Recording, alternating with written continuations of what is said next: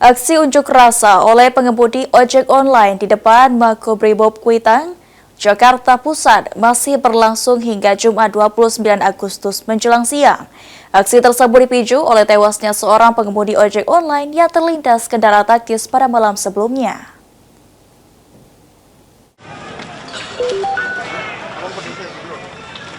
Aksi unjuk rasa oleh pengemudi ojek online terpantau masih berlangsung di depan Makobrimob Kuitang, Jakarta Pusat pada Jumat menjelang siang 29 Agustus. Peristiwa tersebut sempat diwarnai kericuhan. Massa meluapkan amarah kepada aparat kepolisian dengan melakukan aksi pelemparan botol hingga pembakaran ban. Selain mendapatkan pengamanan ketat dari brigade polisi, sejumlah personel TNI juga turut diterjunkan untuk menjaga situasi. Dalam kesempatan itu, pengunjuk rasa sempat melakukan dialog dengan perwakilan aparat di lokasi. Komandan Brimob untuk menyampaikan proses yang sudah berjalan oleh pihak Polri.